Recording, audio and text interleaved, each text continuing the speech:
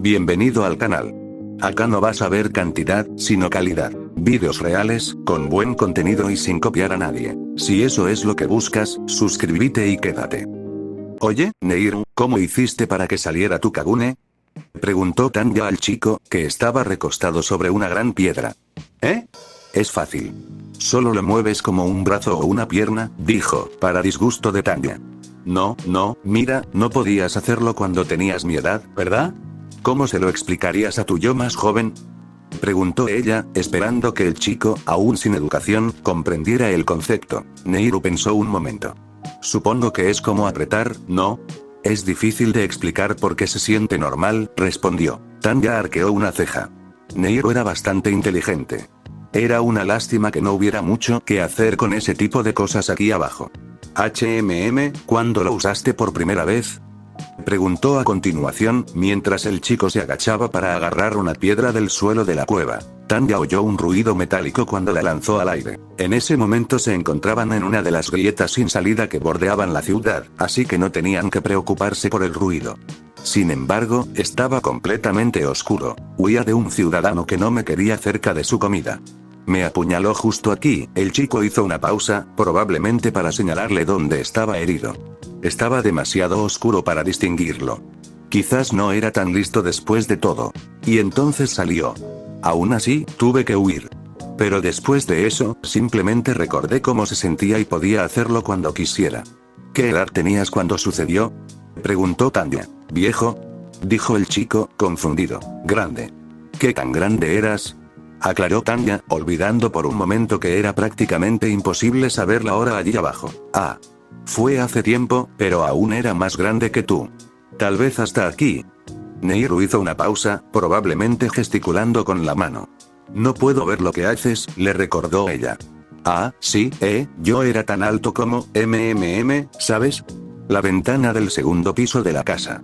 Fue antes de que tuviera que agacharme para saltar por ella. Tanya recordó el tamaño de esa ventana. Si Neiru tenía unos 10 años ahora, habría tenido unos 7 u 8 cuando medía eso. Tanya calculaba que tenía unos 4 años, así que parecía que tendría que esperar bastante antes de poder usar su propio Kagune. Maldita sea. Había pasado mucho tiempo cerca de Neiru, si es que llegaba a durar tanto. Un pensamiento cruzó la mente de Tanya. Debería buscar más aliados.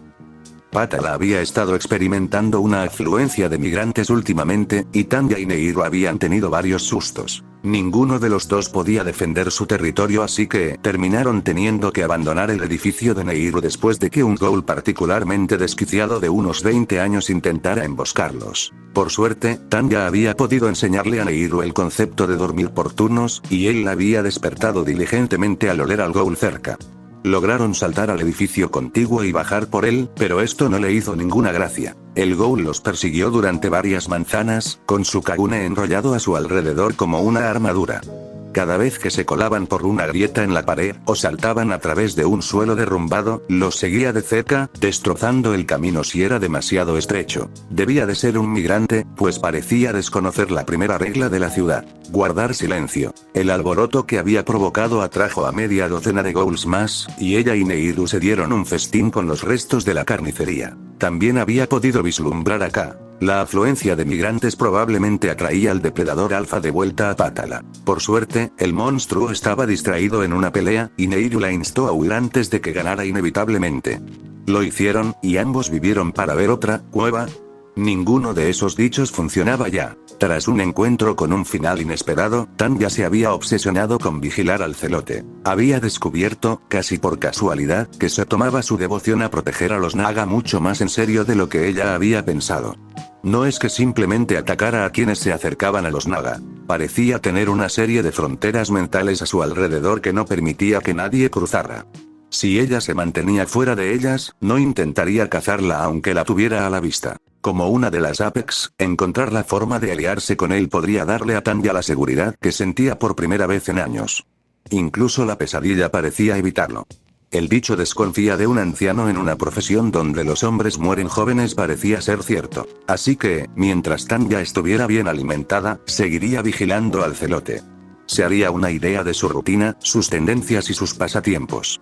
Si encontraba la forma de ganarse su afecto, tal vez le permitirían acercarse a los Naga, donde ningún otro ghoul se atrevería a aventurarse. Incluso parecían reticentes a cruzar la frontera como ella, así que ya estaba más segura de lo habitual. Nehru no quería saber nada de su plan, pero no importaba. Sabía cómo encontrarlo y seguirían buscando comida juntos cuando tuviera hambre. De todas formas, no tenían la refrigeración necesaria para almacenar comida. Hacer cecina también estaba descartado. Demasiadas narices sensibles por ahí. Después de un mes observando a Zealot, Tanya llegó a una conclusión. Zealot había sido un nombre casualmente acertado. Su madre le había dicho que el Naga era un ser divino, pero había subestimado hasta dónde podría llegar alguien por una serpiente petrificada. La limpió, le susurró, la abrazó, le rezó. En una ocasión, incluso intentó alimentarla, introduciendo las entrañas de un necrófago pulverizado en una de las fauces pétreas de la serpiente. No sirvió de nada, claro, nada de lo que hizo tuvo efecto. El fanatismo debería ser inútil, y ella casi se enfadaba porque para él lo fuera. ¿Por qué el ser décimo no podía convertirse en piedra así? Quizá fuera lo único que pudiera hacer para que ella se lo agradeciera. El celote nunca parecía prestarle mucha atención. La miraba de vez en cuando, pero su atención parecía estar fija en la colosal serpiente. Mientras ella no se acercara, parecía no importarle. O eso fue lo que ella pensó al principio. Tanya llevaba demasiado tiempo cerca de la serpiente para su propio bien. Chica. Llevas viniendo aquí un buen rato, le dijo de repente, con voz grave y retumbante. No la miró a los ojos mientras hablaba, sino que desvió la mirada como si estuviera absorto en otra cosa. ¿No serás, por casualidad, la hija de Salmo? Tanya se había quedado perpleja. Nunca antes había oído a Zealot hablar con tanta franqueza. Lo más cerca que había estado de hacerlo era murmurando oraciones a los Naga. No estoy segura. Mi madre nunca me dijo su nombre. ¿Tenía el pelo como yo?, preguntó Tanya. Era un poco extraño que su madre fuera occidental y, sin embargo, hablara un japonés chapurreado, pero lo había atribuido a otra de las rarezas de este mundo. Zealot negó con su enorme cabeza barbuda. Salm era el nieto de mi señor. Por favor, acércate para que pueda verte. Te juro por el nombre de mi señor que no te haré daño. Normalmente, Tanya no se habría fiado de nadie que dijera allí abajo, y mucho menos de un sectario senil. Pero después de observarlo durante un mes, tal vez merecía la pena pensarlo dos veces. Había visto luchar al celote, y era increíblemente ágil. Dudaba poder escapar si cambiaba repentinamente sus reglas sobre las fronteras. No necesitaba atraerlas y pretendía hacerle daño.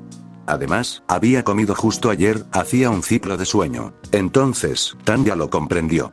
La ciudad estaba en ruinas y sumida en la anarquía, pero no abandonada. Fragmentada, sin duda, sus habitantes aún hablaban un idioma y conservaban una mitología. Un hombre de la edad del celote bien podría haber estado presente cuando la ciudad cayó. Sin importar el riesgo, él sabía cosas, y Tanya lograría que se las contara. Tanya saltó del muro donde se había posado y se acercó al celote, cruzando la frontera invisible que rodeaba a los Naga, la cual él solía matar a cualquiera que la cruzara.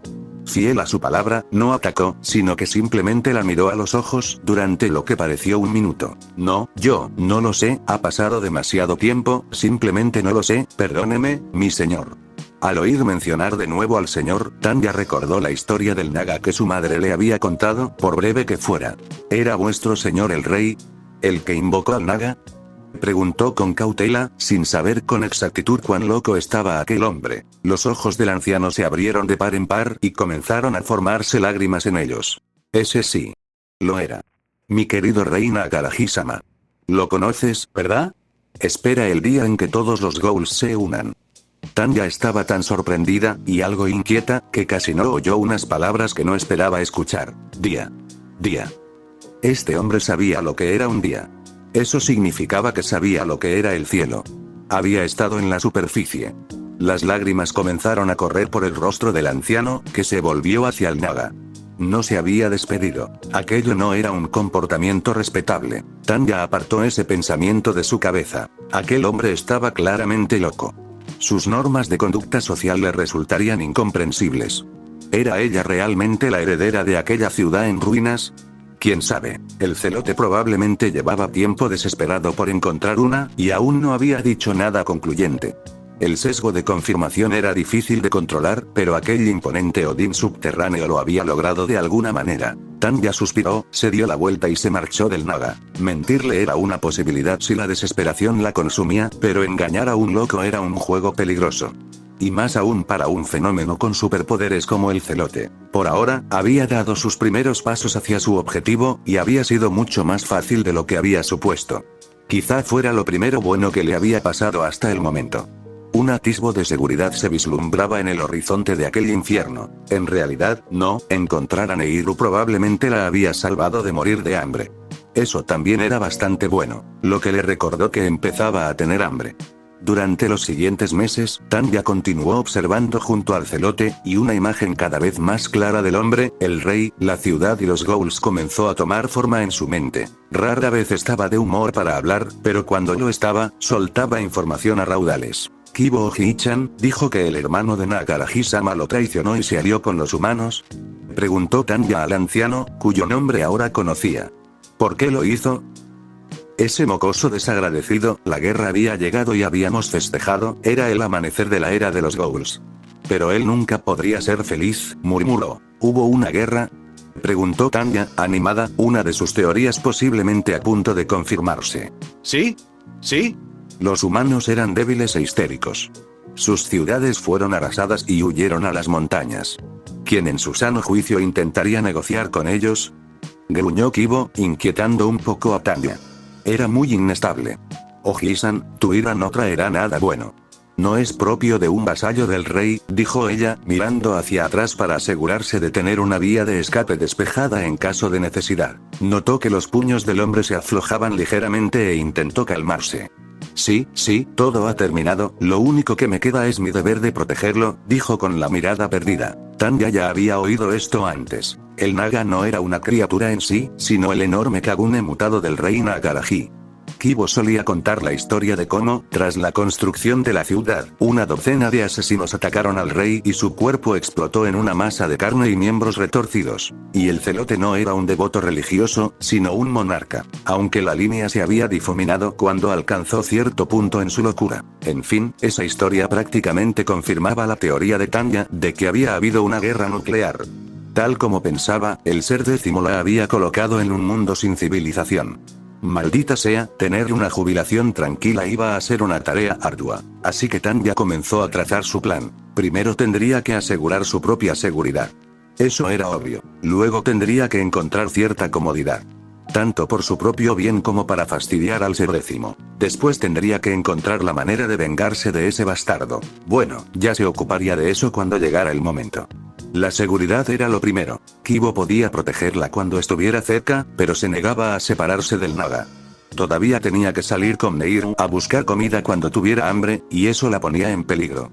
Si bien Nehru conocía bien la ciudad, aún era joven y débil. Si quería asegurar su supervivencia a largo plazo, necesitaba un método de caza más seguro. Carroñear no era tan malo una vez que había cazado una presa, pero el problema era que implicaba explorar mucho para encontrarla.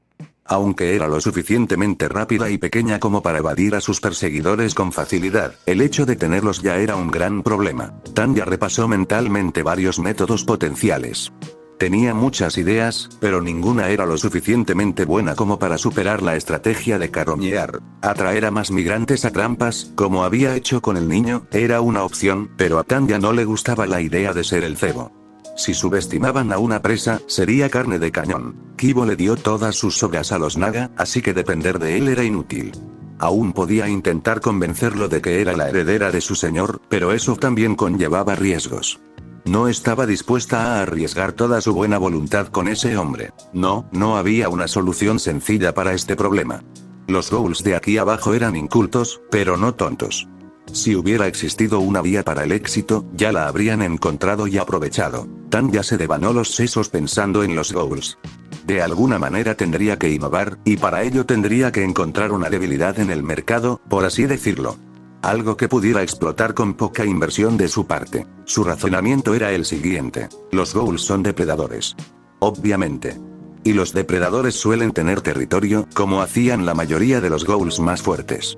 Para evitar disputas fronterizas sin sentido, los ghouls tenían que tener una forma de marcar su territorio. Tanya sintió un breve asco al pensar en un necrófago orinando en una boca de incendios, pero desechó la idea de inmediato porque la ciudad no olía a orina. Entonces recordó que su madre claramente tenía un olor característico. Y Kibo también, de hecho. Y Neiru recordaba que su casa olía un poco diferente a la ciudad, pero apenas perceptible. Tanya se olió la muñeca, pero no detectó nada más que polvo y un poco de sudor. ¿Acaso no tenía olor o simplemente no era capaz de percibirlo?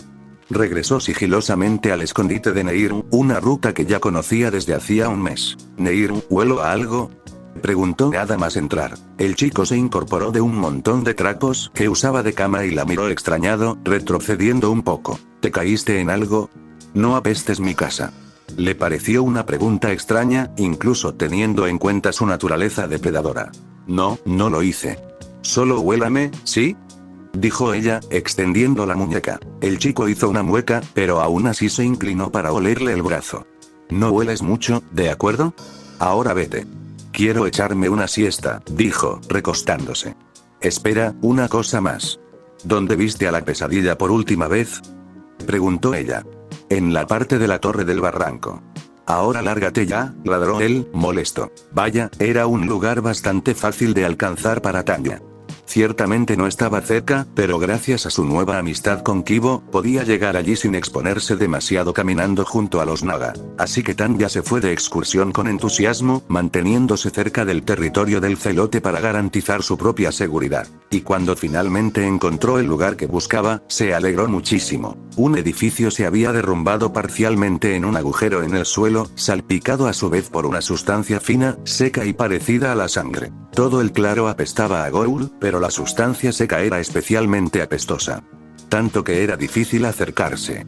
A Tanya se le puso la piel de gallina y sus instintos le gritaron que huyera.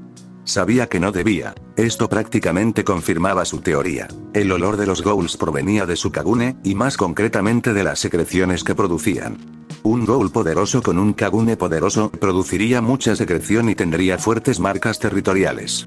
Un ghoul débil no. Tanya, que aún era demasiado joven para usar el suyo, prácticamente no olía a nada.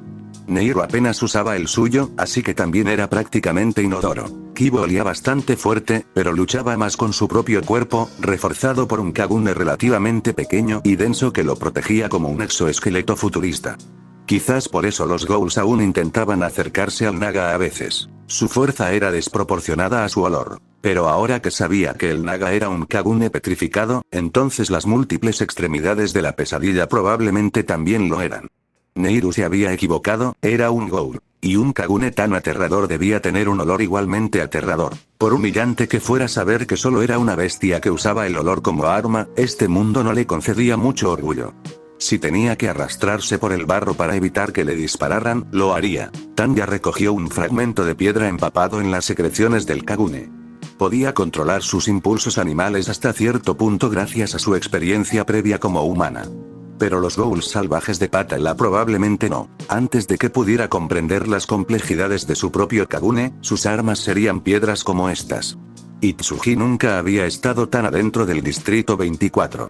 Normalmente, solo bajaba a la capa intermedia para deshacerse de huesos. No era precisamente el lugar donde uno esperaría encontrar palomas. Había olido a un humano y se había emocionado, pero al doblar una esquina se topó de frente con media docena de los Rangers. Quizás podría haber con 2 o 3, pero eran demasiados. Corrió, y la persiguieron. 2 de ellos portaban armas de proyectiles, así que se vio obligada a usar su voluminoso Koukaku para protegerse, lo que la ralentizó. Se preparó para luchar, pensando que si lograba herir a uno solo, detendrían la persecución. Pero no fue así. Lucharon en equipo, manteniéndola a distancia con un fino y penetrante quinqué que amenazaba con colarse a través de su escudo en cualquier momento, y amenazándola con rodearla y atacarla donde no pudiera protegerse. Y mientras tanto, los 2 Rangers la acribillaban a balazos. Se enorgullecía de su resistencia, pero ni siquiera ella tenía la energía suficiente para mantener el ritmo. Desesperada, comenzó a luchar en retirada, retrocediendo lentamente y adentrándose en los túneles. Entonces, de reojo, lo vio. Un pozo vertical en la piedra, sumido en la oscuridad. Desesperada y con la sangre casi agotada, saltó dentro. Rápidamente dividió su Kagune en dos y usó cada parte para sujetarse a las paredes, clavando sus garras en la piedra y cubriéndola de polvo y escombros. Pero su plan había funcionado. Las palomas no podían seguirla. Inicialmente, había planeado esperar un rato, suspendida en el aire hasta que probablemente se hubieran marchado, pero esa idea pronto se desvaneció. La lucha la había agotado y no tenía fuerzas para trepar por una superficie vertical. Sin opciones y con sus fuerzas menguando rápidamente, aflojó un poco el agarre en las paredes del pozo y se dejó descender lentamente hacia las profundidades. Le había parecido una hora llegar al fondo, y cuando por fin lo hizo, se desplomó, perdiendo el conocimiento entre los escombros. No tenía ni idea de cuánto tiempo había dormido, pero despertó dolorida, hambrienta y aún cansada. Sus heridas habían cicatrizado con marcas prominentes, señal de que su cuerpo apenas tenía fuerzas para lo mínimo indispensable para seguir adelante. Necesitaba comer. Ahora vagaba lentamente por un laberinto de pasadizos. Cada paso sobre el suelo polvoriento resonaba con fuerza por la ausencia de cualquier otro ruido. No sabía cuánto había caminado, pero finalmente el polvo se convirtió en barro a medida que las grietas de la pared dejaban escapar un goteo de agua. Hasta ahora había estado dando tumbos a ciegas, tomando bifurcaciones del camino al azar, pero ahora el agua le servía de guía. Siguió el pasadizo mientras se ensanchaba lentamente, hasta que finalmente llegó a una especie de antigua ciudad subterránea. Aún exhausta, descendió del pasadizo a las calles de la ciudad, entrando en la primera casa que encontró y hallando un rincón escondido donde desplomarse. Percibió un leve olor a necrófago, pero era rancio y rancio. Odiaba la idea del canibalismo, pero la posibilidad de que pudiera salvarla la hizo reconsiderarlo. Intentaría cazar después de haber descansado mejor. Un sonido hizo que Itsuji se moviera, y abrió los ojos de golpe. Ni siquiera había podido conciliar el sueño del todo. Había estado lejos. Quizás en alguna de las casas vecinas. Ahí estaba de nuevo. Conocía bien ese sonido. Era el arrastrar sordo de un pie descalzo sobre el suelo de piedra sucia. Lo único que había oído durante horas mientras recorría los pasadizos. Y esta vez estaba más cerca. Volvió a suceder, y esta vez había podido localizar el lugar exacto. Justo al otro lado del muro exterior de la casa. Entonces olió algo. Muerte. Se le erizó la piel y echó a correr. Salió a toda prisa por una puerta trasera que había visto al entrar y corrió hacia la ciudad. Miró por encima del hombro y no vio nada, pero como aún podía oler aquello, no se detuvo. Sin embargo, el olor se fue debilitando lo suficiente como para que se detuviera. Escuchó. Pit, pat, pit, pat. El volumen era el mismo que el arrastrar de pies, pero había aumentado el ritmo hasta convertirse en una carrera, y mientras se acercaba rápidamente desde algún lugar oculto, el olor volvió a llegar a su nariz. Los pasos eran tan ligeros, como los de un niño, pero sabía que no podía ser. Que un espectro como ese fuera tan sigiloso, ¿cuántas emboscadas habría llevado a cabo? ¿Cuántas veces habría practicado? ¿Cuántos de los suyos habría devorado? ¿Dónde estaba? ¿Dónde estaba? Por lo que pudo ver, la criatura había estado atravesando las casas vacías, pero por más que lo intentó, no logró vislumbrarla en la oscuridad, ni siquiera con la mejora visual de su Kakugan. Perdiendo el valor una vez más, se dio la vuelta para huir, corriendo por las calles y dando vueltas bruscamente por los callejones para intentar despistar al monstruo. Estaba tan absorta en la pesadilla que la perseguía que no se percató de que un ghoul, completamente ajeno a la situación, saltaba desde un tejado. Un dolor agudo le recorrió el hombro cuando su brazo derecho fue cercenado de un tajo y, por reflejo, su Kagune surgió de su espalda. Era mucho más pequeño de lo habitual. El ghoul que había hecho esto se alzaba frente a ella, cubierto de harapos inmundos y con dos Bikaku Blades que emergían de su mitad inferior. La miró con una sonrisa hambrienta y dio un paso al frente. Tanya pasó por encima del brazo cercenado que yacía en la calle. ¡Genial!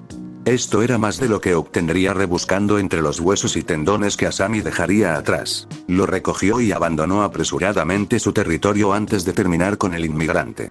Asami no soportaba a los carroñeros. La operación falsa pesadilla había resultado ser un rotundo éxito una vez más. El problema con los carroñeros era encontrar un cadáver. Los sentidos de los ghouls eran tan agudos que, para cuando se enfriaban, ya estaban completamente despojados de todo. Los huesos tampoco servían de mucho. Además de que comer solo huesos le provocaba náuseas a Tanya, solo eran comestibles si la médula aún estaba fresca. Pero ahora, con la sustancia viscosa de la pesadilla, Tanya ya no tenía que esperar a que la cacería de otro necrófago se animara lo suficiente como para convertirse en una pelea notable. podía provocar la suya propia asustándolos y atrayéndolos hacia el territorio del otro. Encontrando un rincón bastante apartado de la ciudad, Tanya colocó la roca empapada en jugo de pesadilla en su camino y la apartó. Ningún necrófago cuerdo la seguiría después de oler eso. Acomodándose, se adentró en el brazo. Gracias a su brillante nueva estrategia, últimamente había comido lo suficiente como para que el hambre fuera casi cosa del pasado. Todavía la picaba de vez en cuando, pero hacía tiempo que no sentía un vacío tan intenso en el estómago. Tragó un bocado de la carne a creí, unos instantes después, sintió un calambre en la zona del omóplato. Como niña que sentía cosas similares con frecuencia, sabía lo que era, un dolor de crecimiento. A estas alturas, a Tanya le parecía bastante obvio que la comida para los necrófagos significaba mucho más que para los humanos. ¿Cómo podía la pesadilla mantener semejante forma de pesadilla si no era por una gula desenfrenada? Eso explicaba por qué prácticamente todos los ghouls poderosos que veía eran bestias hambrientas y medio enloquecidas. Obviamente, ella jamás se permitiría llegar a ese nivel, pero no le importaba comer un poco más de lo necesario si eso significaba desarrollar su Kagune más rápido. Se le ocurrió que tal vez debería compartirlo con Neiru, pero otro pensamiento la reprimió. No era como si él la hubiera ayudado a conseguirlo, simplemente tendría que pedirle que la acompañara en futuros intentos. Devoró el resto de la extremidad mientras un creciente picor comenzaba a desarrollarse bajo la piel de sus hombros. En su nido de harapos viejos, el joven ghoul llamado Neiru se removió. Su brazo se enganchó en una sábana raída al estirarlo hasta que el músculo se tensó, y su boca se abrió con un bostezo. En realidad no quería levantarse. Se deslizó fuera del bulto de tela sucia y cayó al suelo frío, donde se tumbó intentando que el frío lo despertara. Una vez incorporado, Tanya estaba allí. Aún no había entrado en el edificio, pero desde que había empezado a trastear con la pesadilla, su aura la seguía. Se había sentido horrorizado cuando percibió ese olor y había salido corriendo de casa 2 veces antes de que Tanya pudiera decirle que no era la verdadera pesadilla. Todavía necesitaba mucha persuasión para convencerse de que no la había infectado de alguna manera. Son solo las secreciones de la pesadilla. No te preocupes, le había dicho. ¿Como sangre?, preguntó él, incómodo. No. Es como sudor, aclaró ella. ¡Qué asco! ¿Por qué? Porque asusta a la gente. Es útil. Tanya era rara. Muy rara. La chica de cabello extraño no le temía a nada, a pesar de ser la mitad de su tamaño y demasiado joven para usar su Kagune. Intentaba hablar con el hombre naga y usaba la pared de su casa para dibujar figuras. Él no tenía ni idea de que era un mapa y no quería saberlo, pero eso no la detuvo de intentar explicárselo una y otra vez. Mira, toma una de estas piedras y usa el olor para asustar a la gente y que peleen entre sí. Así podremos recoger lo que quede. Es sencillo. Dijo. ¡Qué tontería! ¿Y si se dan cuenta de que los estamos engañando?, protestó él. Pues no dejes que se den cuenta. Le espetó ella. Finalmente, cedió ante la insistencia de la chica, pero no lo hizo de buen grado. De hecho, ella había resultado útil en sus viajes habituales de búsqueda de recursos, pero lo amenazó con dejar de acompañarlo si no probaba su método al menos una vez. Y lo frustrante era que había funcionado. Y aquí estaba de nuevo. ¿Sería más de lo mismo o tendría un plan nuevo, aún más tonto? Oye, Neiru. Logré convencer a Asami y a Tobu de que nos emboscaran para el falso Nigmare. Ahora podremos cazar gente más fuerte, no solo inmigrantes. Explicó alegremente. Vamos, necesito que me ayudes a fingir ser el Nigmare.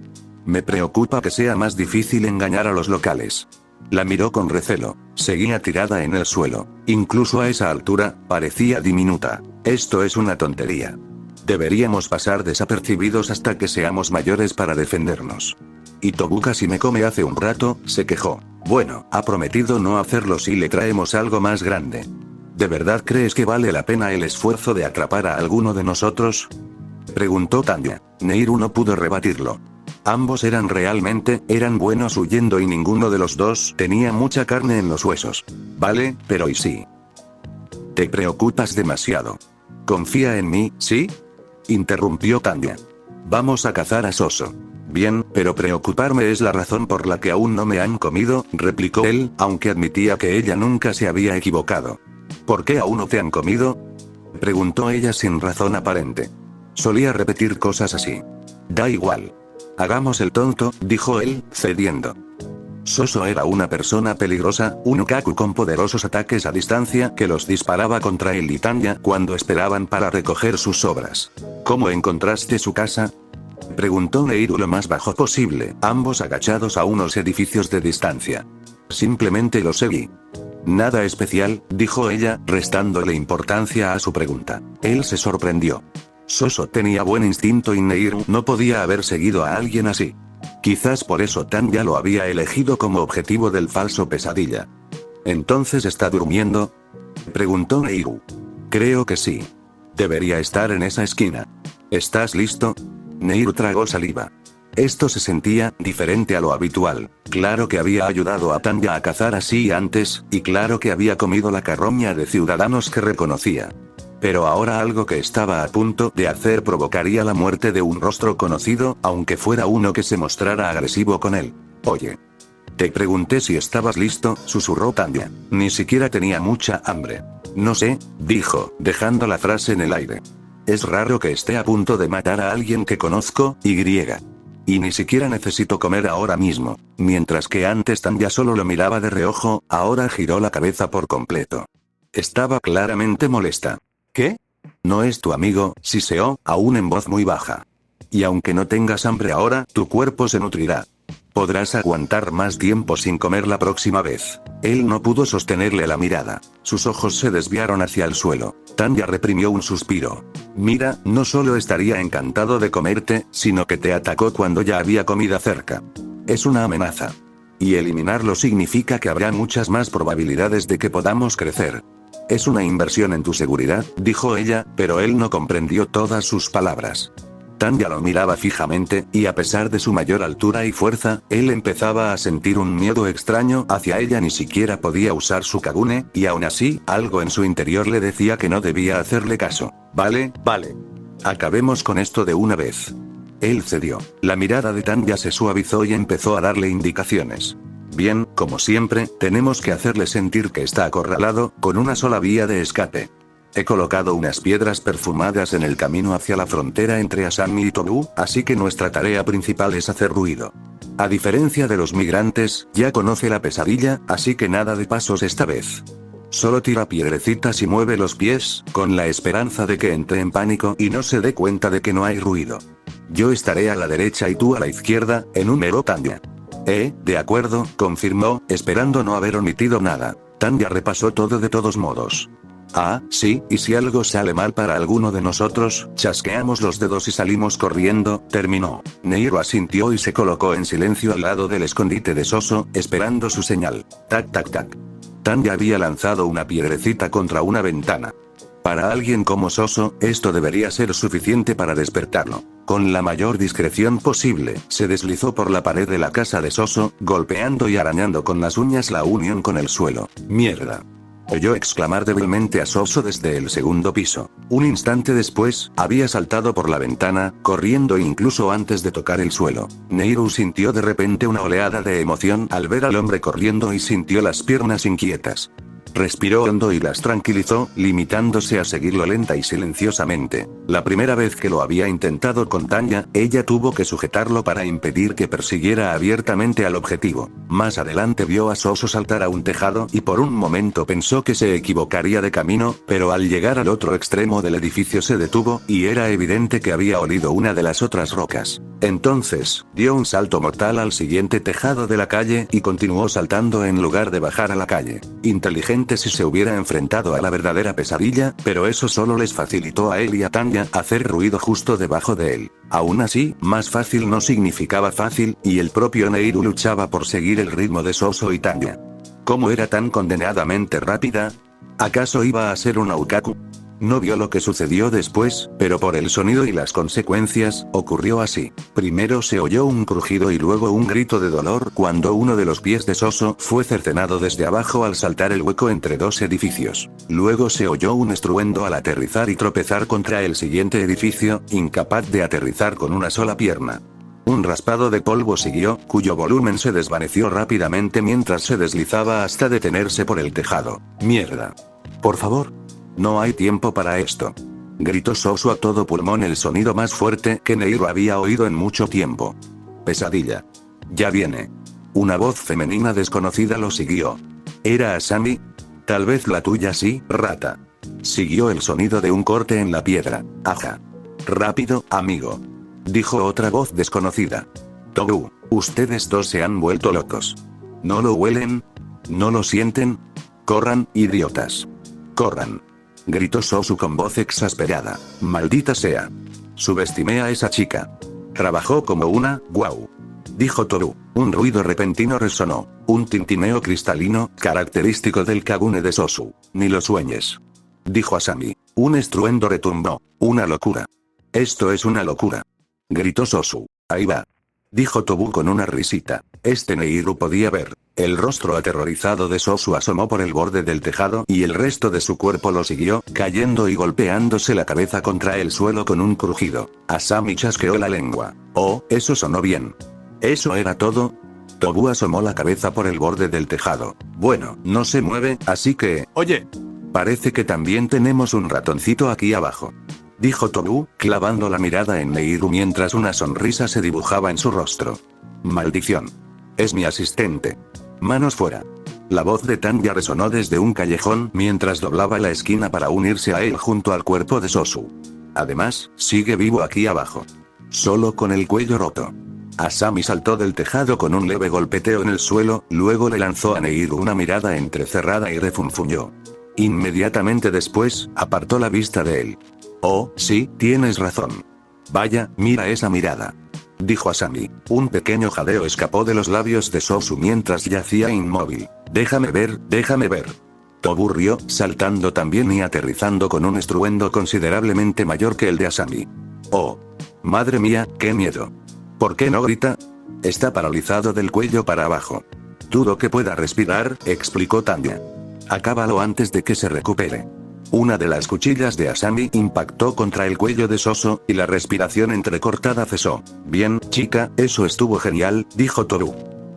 Ahora que sabemos cómo hacer esto, ya no te necesitamos. El Kagune de Tobu surgió de su espalda baja, un enorme garrote quitinoso. ¿En serio? Dijo Tanya, sin mostrar temor e inclinando levemente la cabeza. No eres lo suficientemente silencioso para ser el perseguidor. PFF. Obviamente seré un emboscador, se burló. Lo habría matado de un solo golpe. ¿Con eso? Vas a despertar a media ciudad. Tanya soltó una risita. Acéptalo, no encajas en ninguno de los dos papeles. Y solo tienes una Asami. ¿Qué? Yo. Aún te quiero, cariño, pero no hiciste absolutamente nada, interrumpió Asami, silenciando al hombre. En fin, no nos vamos a deshacer de ti, chica. Pero aún así, no quiero que tu astuta personita nos haga ninguna jugarreta, así que, por favor, aléjate. El acuerdo era que tendríamos preferencia. Soy Tanya, y claro. Soy una chica de palabra, dijo Tanya con una sonrisa, rodeando el cadáver decapitado y acercándose a Neiru. ¿Qué nombre más raro?, murmuró Asami antes de agacharse para empezar a trabajar en el cuerpo. Tanya se acercó con aire despreocupado a Neiru y se detuvo a su lado. ¿Y bien? Te lo dije, dijo con aire de suficiencia. Pero Neiru no respondió. ¿Neiru? El vello de los brazos de Neiru se erizó ligeramente y miró por encima del hombro con nerviosismo. No había nada. De repente, Neiru lo comprendió. «Corre, Tanya», gritó. Nos habíamos acostumbrado demasiado al olor de la pesadilla. Tanya giró la cabeza para mirarlo, confundida al principio, pero Neiru no pudo esperar más. Salió disparado justo cuando sus ojos se abrieron de par en par al darse cuenta. Una telaraña de grietas se extendió por el suelo bajo Asami y Tobu antes de que una nube de polvo los envolviera. Cientos de zarcillos con púas brotaron de las grietas que se ensanchaban rápidamente, envolviéndose en todo lo que veían. Los gritos de la pareja se ahogaron en menos de un segundo mientras caían a través de la calle. Uf. ¿Por qué no podía volver a ser una niña soldado? ¡Qué tontería! ¿Habían sido los gritos de Soso? ¿La discusión de Tobu? ¿La presencia de 4 pares de pasos seguidos? Ese monstruo era lo único que lo sabía con certeza. Y eso suponiendo que tuviera capacidad de razonamiento. Ve con Naga. Gritó Neiru con voz ronca por el miedo. Naga puede luchar contra él, el único que lo ha intentado.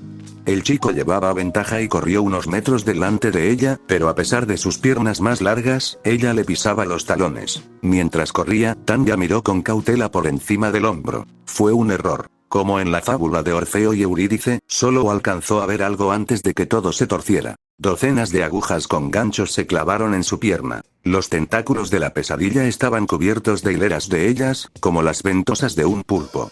Al sentir que se había enganchado en algo vivo, el tentáculo se retrajo violentamente, lanzando la mitad inferior de Tanya por los aires. Como una muñeca arrojada por una niña de su edad, Tanya giró brevemente en el aire antes de que su cabeza impactara contra la piedra. El mundo se estremeció, sus ojos se movieron fugazmente en sus órbitas. Por un instante, todo se sintió al revés y los oídos de Tanya zumbaron como si un proyectil de artillería acabara de detonar a su lado. Entonces, por instinto y desesperación, intentó cortar el aire con la mano. Desafortunadamente para ella, no se formó ninguna espada mágica y el tentáculo permaneció intacto. De alguna manera, darse cuenta de que su magia no funcionaba fue suficiente para reorientarse, y la confusión en su mente se desvaneció casi tan rápido como había surgido. No tenía orbe. No tenía maná. Solo era una niña perseguida por una pesadilla viviente. Ni siquiera había pasado un segundo. Levantó la vista y, por primera vez, vio al monstruo de cerca. No. Negra como una sombra, se retorcía y se arrastraba por el suelo, sin que se distinguiera una sola parte de su cuerpo. Zarcillos de todas las longitudes se agitaban salvajemente, atacando todo lo que alcanzaban, sus ganchos arañando la piedra como miles de uñas en una pizarra. Parecía que había tenido mala suerte y que la había atrapado la punta de uno de los brazos más largos, pero eso también significaba que ninguno de los demás estaba aún a su alcance. A la vez, tiraba y se enroscaba, rodeando y clavándose aún más en sus piernas. Tanya buscó desesperadamente con las manos a sus costados, encontrando que los bloques de piedra del camino tenían el espacio justo entre ellos para que pudiera meter los dedos y sujetarse. Sin embargo, esto solo empeoró el dolor, ya que ahora los ganchos encontraban resistencia contra la que tirar, y Tanya gritó de dolor cuando uno de sus dedos se rompió. ¿Qué puedo hacer? ¿Qué puedo hacer? Tanya apretó los omóplatos con fuerza, intentando expulsar lo que le crecía entre ellos. Si lograba cortar el tentáculo, tal vez tendría una oportunidad. Nada. ¿Acaso iba a tener otra conversación con el ser décimo? ¡Pum! Un tentáculo violáceo cayó sobre el tentáculo de sus piernas, aplastándolo contra el suelo hasta convertirlo en una pulpa negra. Sus piernas seguían atadas, así que el tentáculo se enroscó con destreza alrededor del resto de la extremidad cercenada y la aplastó. Una mano la sujetó y la levantó, poniéndose de pie, por suerte aún lo suficientemente firme como para mantenerse en pie. Cada pierna aún tenía un segmento disolviéndose del tentáculo de pesadilla adherido, pero ya no estaban atadas. No se acerca, murmuró Tanya mirando a Neir, quien asintió. ¿Está atascado en ese agujero? No lo sé, pero, ya no lo oigo. Pero pesadilla no se rinde, respondió él. ¿Todavía puedes correr? Tendré que hacerlo, respondió Tanya antes de intentarlo. Con cada paso hacía una mueca de dolor, pero la adrenalina la impulsaba a seguir.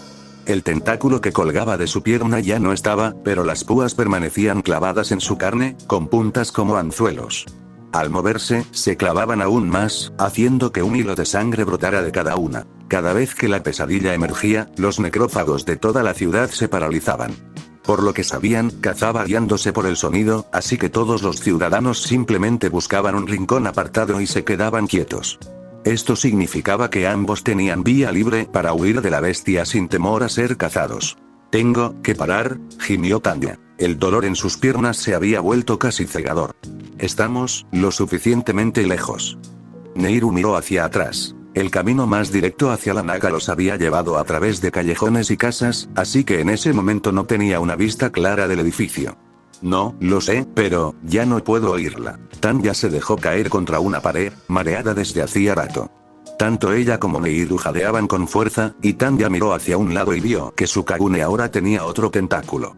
¿Sería por la cantidad de comida que le había estado dando últimamente? Neiru abrió la boca como si fuera a decir algo, pero en vez de eso, siguió jadeando un rato. Tu cabeza, jadeó. Sí, su cabeza. Se había golpeado con fuerza. Una caída así habría sido fatal al instante para alguien tan grande y corpulenta como un adulto, e incluso para la delgada figura que tenía como soldado, pero gracias a que ahora era pequeña incluso para una niña de 4 años, había sobrevivido. Un olor desagradable llegó a la nariz de Tanya y se le erizaron los pelos. Ese es el olor de la pesadilla. Comenzó a calmarse de nuevo, pero entonces se dio cuenta de que le faltaba un peso familiar en el bolsillo. La piedra, la que estaba empapada en el jugo de la pesadilla, se le había caído. Eso significaba que ese era el olor auténtico. ¿Seguiría el rastro de la sangre? Mientras Tanya intentaba incorporarse, una gota del líquido rojo le corrió por los ojos. Se llevó la mano a la cara y vio que su cabello y espalda ya estaban empapados. Intentó cubrirse con la mano y sintió el líquido caliente escurrirse entre sus dedos. La herida en la cabeza sangraba como suelen hacerlo las heridas en la cabeza, abundantemente. Maldita sea, ¿se curará esto antes de que me desmaye por la pérdida de sangre? Corre, ha vuelto, logró murmurar aturdida. Una vez más, Nehru la agarró de la mano y la ayudó a levantarse, y le cruzó por la mente que ni siquiera se había tropezado al levantarse. El suelo retumbó y se agrietó de nuevo, esta vez a unos metros a su izquierda.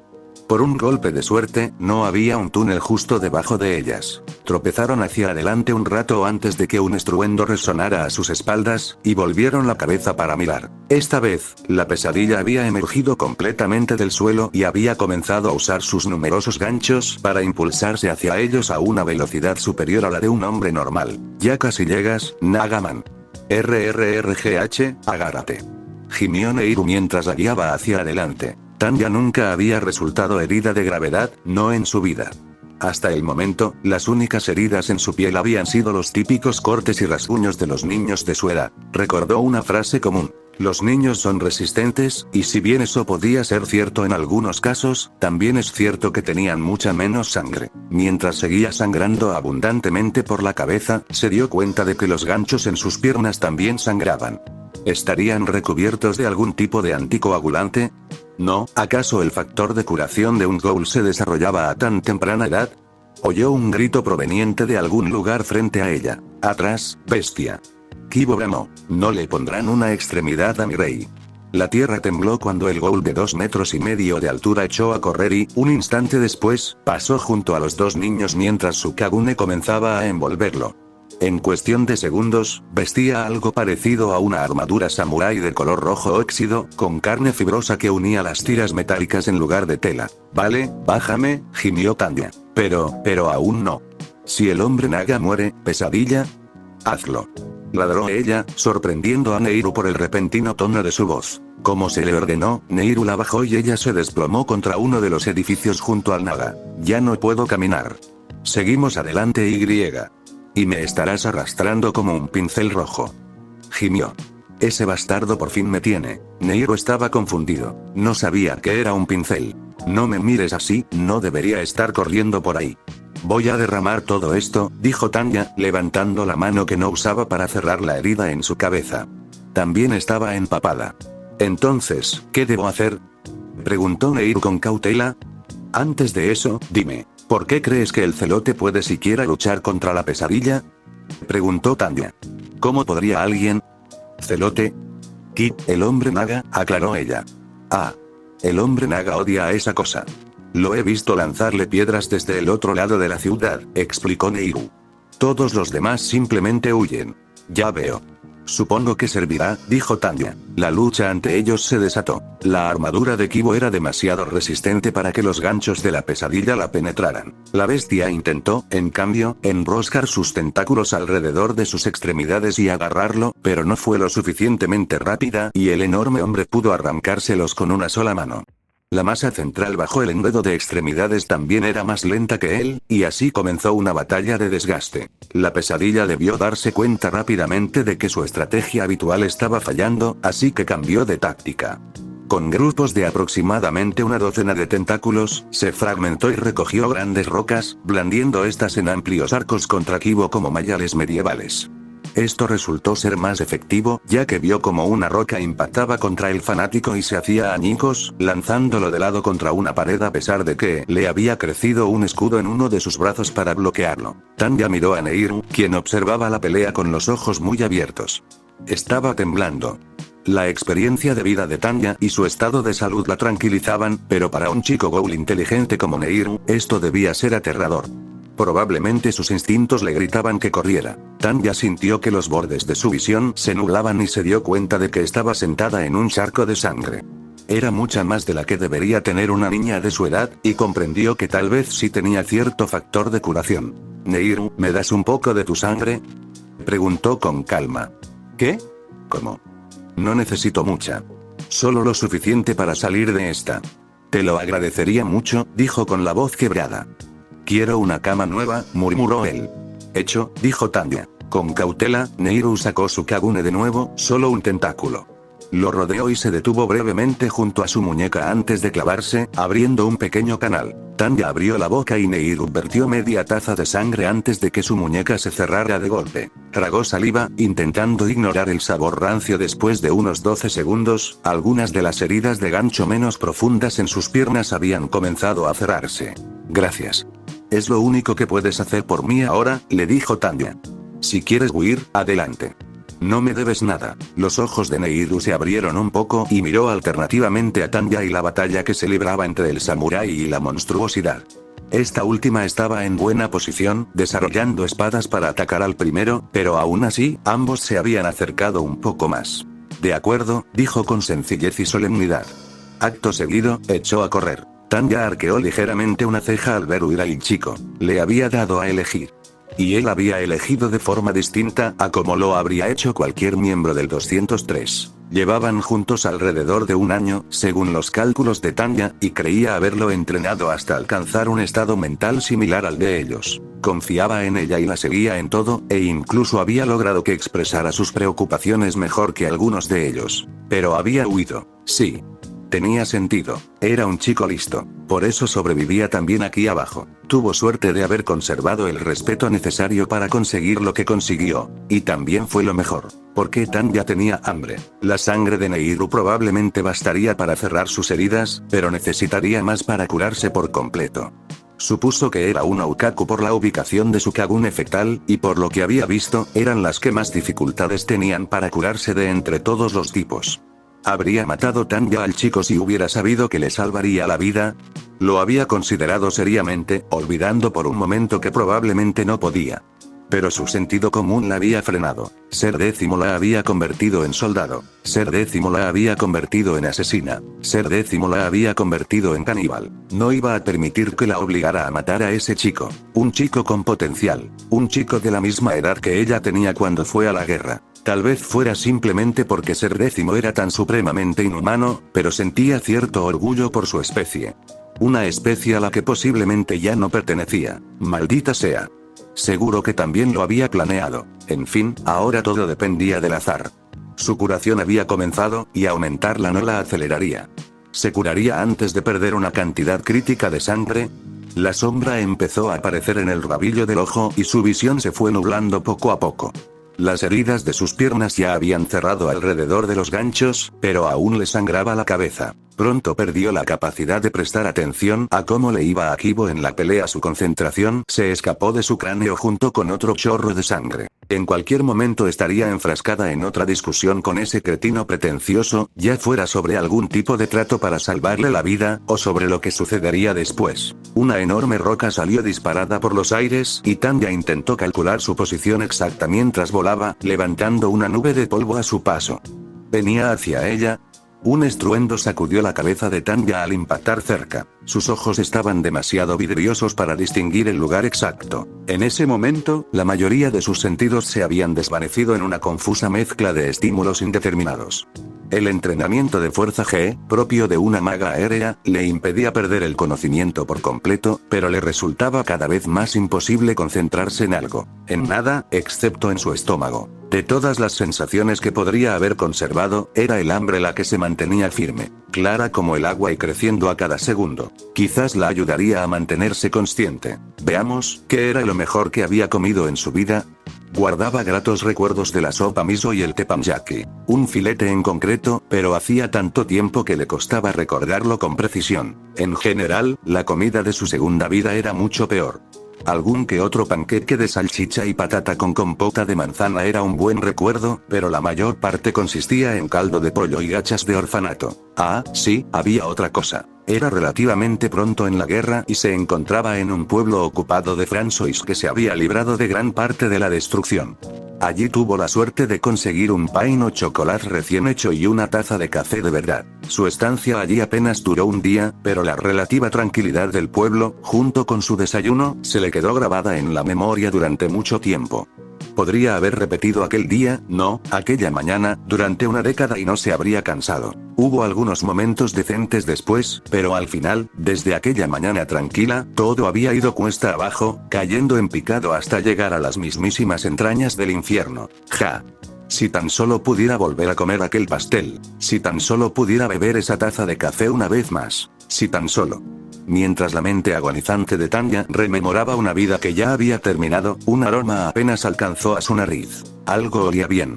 Algo olía dulce. Usando la última gota de la sangre que Neiru le había dado, su cuerpo comenzó a arrastrarse instintivamente hacia la fuente de ese delicioso aroma.